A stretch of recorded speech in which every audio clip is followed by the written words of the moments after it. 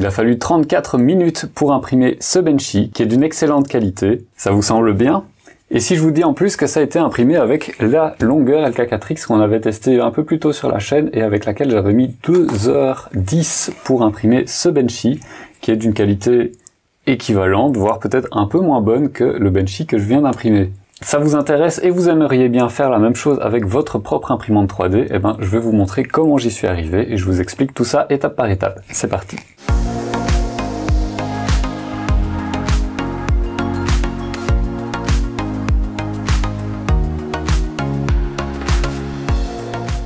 Pour rappel, lorsque j'avais testé cette longueur LK4X, j'avais été choqué par la vitesse relativement peu élevée qu'elle offrait, malgré la qualité qui était tout à fait correcte. Voilà, on avait des impressions qui étaient très lentes, de bonne qualité, mais très lentes. Et vous le savez, je suis pas quelqu'un qui se contente de ce genre de choses, et je me suis dit, ce serait quand même bien de l'améliorer avant de pouvoir vous la faire gagner. D'ailleurs, petite parenthèse, restez jusqu'à la fin de la vidéo, parce que je vais non seulement vous parler de choses intéressantes pour votre imprimante 3D, mais en plus, je vous propose cette longueur LK4X à gagner. Vous avez probablement déjà vu des vidéos d'imprimantes 3D qui imprimaient à des vitesses extrêmes, et vous avez probablement déjà bavé là-dessus. Alors si je vous dis que moi j'y suis arrivé avec une imprimante qui coûte moins de 300 € et avec absolument aucun mode dessus, si ce n'est un changement de firmware et une configuration optimisée de mon slicer ainsi que de ce firmware. Alors je vous rassure tout de suite, il n'y a absolument rien de chinois, c'est juste un petit peu de temps à passer et parfois un petit peu de persévérance. Forcément, il n'y a pas de baguette magique, c'est pas quelque chose qui va fonctionner du jour au lendemain comme ça,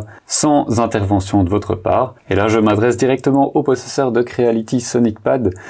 Sachez que vous avez Klipper sur votre imprimante 3D grâce à ce pad, ça a été facile de l'installer, mais sachez que comme toute imprimante, vous avez des réglages à faire au niveau de l'imprimante, ainsi qu'au niveau de votre slicer.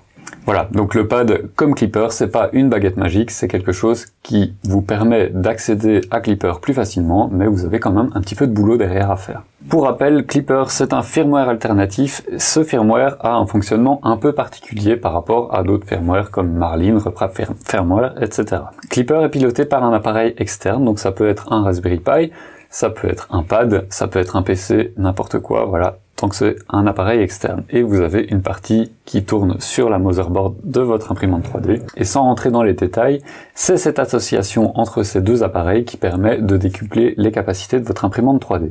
D'ailleurs, j'ai fait toute une série de vidéos qui vous apprennent à calibrer correctement votre imprimante 3D tournant sur Klipper. Commencez donc par là, sinon vous n'aurez pas les bases nécessaires pour aborder la suite de cette vidéo. Vous avez probablement été confronté à ce souci, mais lorsque vous avez lancé votre première impression 3D après avoir installé Klipper sur votre imprimante 3D, vous avez constaté que la vitesse d'impression n'avait absolument pas changé.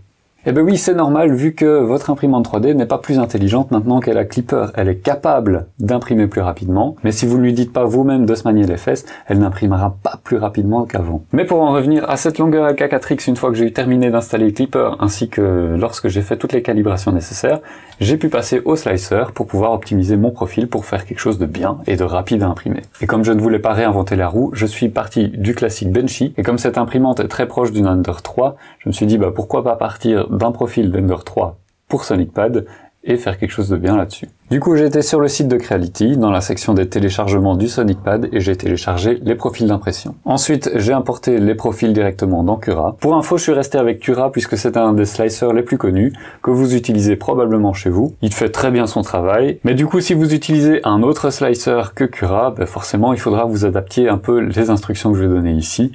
Mais vous allez voir, c'est quand même pas chinois. Voilà, du coup, j'ai décidé de repartir de ce profil Cura Ender 3 V2 Fast PLA pour pouvoir faire une comparaison valable avec ce que j'avais avant. Allez, c'est parti. Maintenant, je vais vous montrer le profil que moi j'ai sorti et vous allez voir un peu les améliorations qui ont été faites. Donc forcément, pas tout de suite puisque j'ai imprimé un paquet de Benchy pour pouvoir atteindre un bon résultat.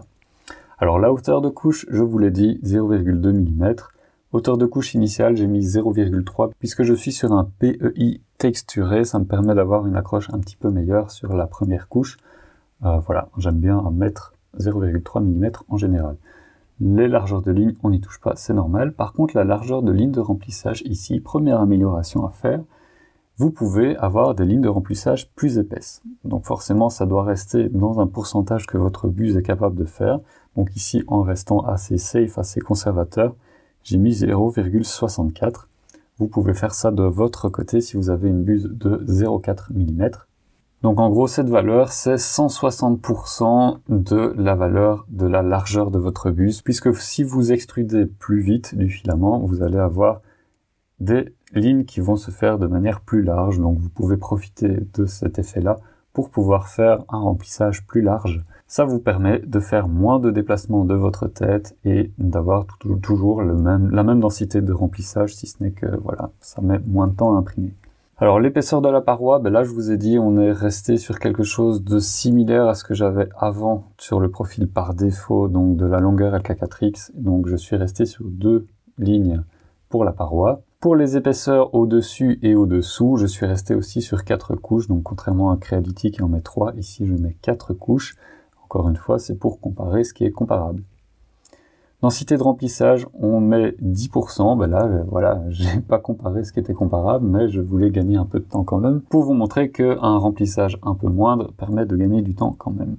Donc là, je suis passé de 20% à 10%, je suis toujours en gris, et le reste des paramètres ne change pas. Alors au niveau de la température d'impression, j'ai fait plusieurs tests, et au final, c'était 208 degrés qui semblait être la meilleure température d'extrusion, qui me permettait d'éviter des sous-extrusions, et ça me permettait d'éviter d'avoir trop de stringing, même en augmentant les vitesses d'impression. Donc forcément, 208 degrés, ça n'est pas sorti de nulle part, donc vous adaptez en fonction de votre filament et de votre imprimante 3D. Alors au niveau des vitesses d'impression, donc là, on passe enfin au gros morceau. Donc par défaut, la vitesse de 180 mm par seconde convient. En tout cas, pour les benchy que j'ai testés, c'était très bien. La vitesse de remplissage, là, on peut augmenter. Pourquoi on peut augmenter? Simplement parce que le remplissage, c'est quelque chose qu'on ne voit pas. Donc même s'il n'est pas de bonne qualité, c'est pas grave. Donc allez-y gaiement, on met 200 mm par seconde. Au-delà, j'avais mon extrudeur qui commençait à claquer. Donc clairement, j'atteignais les limites de ma hot end. Donc forcément, j'ai dû rester sur environ 200 mm par seconde. Il y avait probablement moyen d'aller peut-être un peu plus vite. Mais franchement, le jeu n'en valait pas la chandelle à ce niveau-ci. Alors les vitesses d'impression de la paroi, en général, je suis plus conservateur puisque j'aime bien avoir des parois qui sont très propres. Et donc là, en général, je mets des vitesses moins élevées. Donc en général, je suis à la moitié de ce que je mets pour du remplissage. Donc ici, je mets 100 mm par seconde. Pareil pour paroi externe, paroi interne, je reste sur 100 mm par seconde. Vitesse d'impression du dessus et du dessous, c'est la même chose, 100 mm par seconde. Je veux quelque chose de qualité, donc je reste sur des paramètres assez conservateurs. Vitesse de déplacement, alors là je l'ai pas poussé beaucoup plus que ça, mais pourtant j'aurais pu. C'est vraiment la capacité maximum de déplacement de votre imprimante 3D. Alors je pense que sans problème, j'aurais pu mettre 300 mm par seconde, puisque c'est vraiment la vitesse de déplacement lorsque vous n'avez aucune extrusion qui est effectuée. Donc là, clairement, on est surtout sur les limites physiques, donc les limites de vos moteurs. Alors j'ai pas testé les limites de mes moteurs, mais bon, j'aurais pu voir un peu ce que ça donnait. Alors le problème des vitesses de déplacement avec ce type d'imprimante en bed slinger, donc où vous avez le lit qui se déplace, c'est que si vous faites des impressions relativement hautes avec des objets qui peuvent se décoller du plateau, ben si vous faites des mouvements trop violents avec votre imprimante 3D, vous risqueriez d'avoir des décollements de votre objet en cours d'impression. Donc là, c'est pas le but non plus. Donc restez sur une valeur assez raisonnable, ça dépendra évidemment des impressions que vous allez faire. Vitesse de couche initiale, ben en général on aime bien quand ça accroche. Ici encore une fois on est sur du PEI donc ça accroche bien. Je peux mettre 90 mm par seconde. Si vous avez un autre type de surface d'impression, ben ajustez. En général, voilà, si vous mettez entre 60 et 80 mm par seconde, vous êtes dans des valeurs assez safe. Alors on active le contrôle d'accélération et là, les valeurs que je vais mettre vont dépendre des résultats que j'ai eu avec mon ADXL. Top! Petite parenthèse, différence entre accélération et vitesse.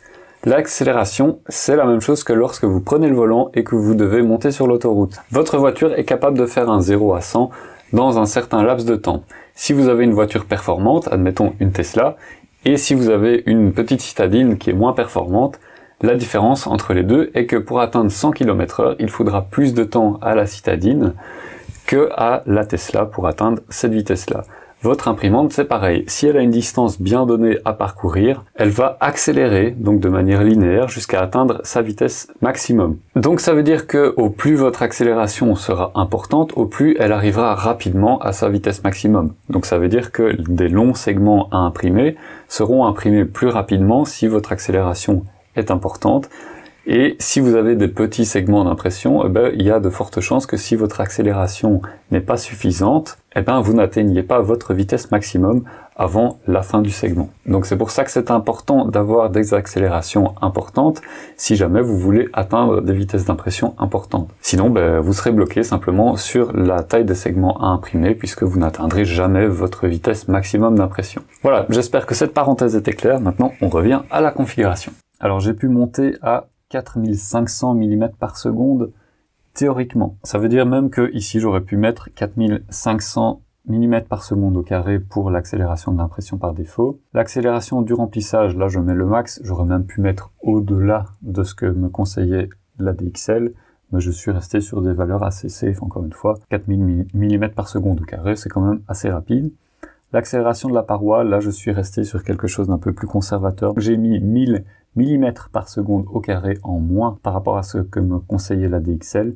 J'aurais pu éventuellement monter plus, mais là je risquais quand même d'avoir quelques défauts qui étaient visibles. Donc encore une fois, je suis resté dans des valeurs assez conservatrices. Voilà, comme vous voyez, je suis assez prudent sur les impressions. Paroi externe, paroi interne, on va garder les mêmes paramètres. Accélération au déplacement, donc là je vous ai dit, je rappelle, ce sont les accélérations qui sont faites en dehors de toute extrusion, donc là on peut y aller tranquillement, j'ai mis 4000 mm par seconde au carré. L'accélération de la couche initiale, ben là il faut être plus conservateur parce que sinon votre filament ne va pas adhérer sur le plateau, donc là mettez entre 1000 et 2000 mm par seconde au carré. N'allez pas plus haut, ça risque de vous occasionner plus de problèmes par rapport au peu de temps que vous allez gagner. Et n'oubliez pas, quel que soit le modèle de votre imprimante 3D, les modifs à faire avant tout se passent ici. Donc dans votre printer.cfg, vous avez le max velocity à définir, donc qui est la vitesse de déplacement maximum de votre imprimante. Ensuite, vous avez aussi le max accel, qui est l'accélération maximum, donc lors des déplacements de votre imprimante 3D. Le contrôle de la saccade, pareil, on ne l'active toujours pas. La rétraction, je vous ai dit, 0,75 mm. J'ai activé le décalage en Z lors d'une rétraction, donc ça permet d'éviter que la buse ne touche de trop près la dernière couche imprimée. Bon, normalement, ici, vu qu'on a fait correctement la Pressure Advance, ça ne devrait pas arriver. Mais bon, voilà, encore une fois, je suis safe. On perd un peu de temps en activant le décalage en Z, mais ça donne des impressions avec une surface beaucoup plus propre que sans ça. Le décalage, pas besoin de faire beaucoup, hein, 0,1 mm, c'est largement suffisant. Refroidissement, ben là, on reste sur du classique, 100% partout, toujours pas de support et toujours pas donc d'adhérence au plateau. Alors je vous ai dit les modes spéciaux, il y a quelques petites choses que j'ai activées. J'ai activé l'Arc Welder, j'ai mis une résolution de 0,05 mm. Arc Welder, c'est un plugin dont j'avais parlé il y a un petit moment, c'est pour Cura. Ça permet d'activer les G-codes qui tracent des courbes directement dans le G-code. Donc ça permet de simplifier le G-code et ça permet de laisser le choix à Clipper de tracer correctement ces arcs en fonction de ce que vous avez paramétré dans votre configuration. Alors dans les paramètres expérimentaux, j'ai activé l'optimisation du déplacement de remplissage, ça permet de gagner un petit peu de temps, bon c'est pas énorme, mais voilà. Un autre paramètre d'optimisation que j'ai activé, optimiser l'ordre d'impression des parois, ça permet encore une fois de gagner un tout petit peu de temps, c'est pas énorme, mais c'est toujours ça de prix. Alors maintenant que j'ai fait ça, j'ai fait une estimation du temps. Je suis en théorie à 28 minutes, mais comme je vous l'ai dit, j'arrive en réel à 34 minutes d'impression. Et maintenant pour le fun, si je mets les mêmes paramètres que chez Creality, c'est-à-dire des couches de 0,25 ainsi que 3 lignes pour les parois, mais 3 lignes supérieures, mais 3 couches supérieures et 3 couches inférieures, ça nous donne 25 minutes en théorie. Je l'ai pas testé, mais a priori, vu la différence, on gagnerait 3 minutes, donc on serait à environ 31 minutes. Donc pas loin de l'objectif initial que je m'étais fixé. Et voilà, ainsi s'achève donc cette vidéo, ainsi que l'aventure Longer LK4X. Alors comme je vous l'ai dit en intro de vidéo, cette imprimante est à gagner. Alors je ne sais pas encore quelles seront les modalités du concours que je vais organiser au moment où je fais cette vidéo, mais vous regardez en description, vous regardez le premier commentaire que j'aurai épinglé et vous aurez toutes les instructions à suivre. Mais sachez qu'il y aura probablement likez la vidéo, abonnez-vous à la chaîne, etc., etc. Vous connaissez un peu la chanson. Du coup, j'espère que cette vidéo vous aura été utile. N'hésitez pas à mentionner dans les commentaires si vous avez d'autres suggestions ou d'autres trouvailles que vous avez, ou même d'autres paramètres que vous utilisez pour votre imprimante. Vous précisez quels sont les paramètres et comment j'aurais pu encore améliorer le temps d'impression, forcément en sachant que je n'ai absolument rien modifié sur cette imprimante, elle est complètement stock. Alors, autre chose aussi, le fichier de configuration pour Klipper est disponible dans le dépôt officiel de Klipper. Donc ça, c'était quelque chose que je voulais faire, j'ai amélioré la configuration. Puisqu'on est sur un logiciel open source, je l'ai soumise directement au créateur de Klipper et mon fichier de configuration a été intégré directement dans la branche principale de Klipper. Donc ça veut dire qu'à partir de maintenant, si vous voulez installer Klipper sur une longueur LK4X, vous pouvez très bien aller récupérer ce fichier de configuration directement sur les dépôts de Klipper. Et là pour le coup je suis assez content de ça, puisque finalement cette imprimante 3D de base je la trouvais pas franchement terrible, et on arrive quand même à obtenir des bons résultats sans énormément d'efforts, juste en passant un petit peu de temps dessus. Et mine de rien, ça m'a permis de vous apprendre en vidéo comment faire toute la calibration de A à Z sur une imprimante 3D qui tourne maintenant sur Klipper. Et donc franchement, encore une fois, merci Longer de m'avoir donné cette imprimante 3D, et comme je vous l'ai dit, je n'en aurai plus l'utilité à présent, donc je vous la fais gagner, et c'est vraiment avec plaisir. Alors pour la suite des vidéos sur la chaîne, on va commencer le projet 2023. Ce projet, je l'ai un peu teasé en fin d'année passée, sachant que les projets, en général, je les débute aux alentours des grandes vacances, donc là, on s'en approche, donc je vais pouvoir commencer là-dessus. En attendant, je ferai probablement quelques petites vidéos de modification sur la Voron. Il y aura notamment un tuto CAN Bus qui va arriver, donc ne vous inquiétez pas. Ceux qui attendent impatiemment cette vidéo, elle arrive très bientôt. Merci à tous encore une fois de suivre mes vidéos, de me soutenir dans mes aventures. Ça me fait vraiment plaisir de lire vos commentaires positifs, d'avoir vos retours. Ça m'encourage vraiment à continuer mes vidéos. Donc n'hésitez pas, allez-y gaiement sur les commentaires. Moi je vous dis à très bientôt pour une prochaine vidéo. Et d'ici là, portez-vous bien. Ciao.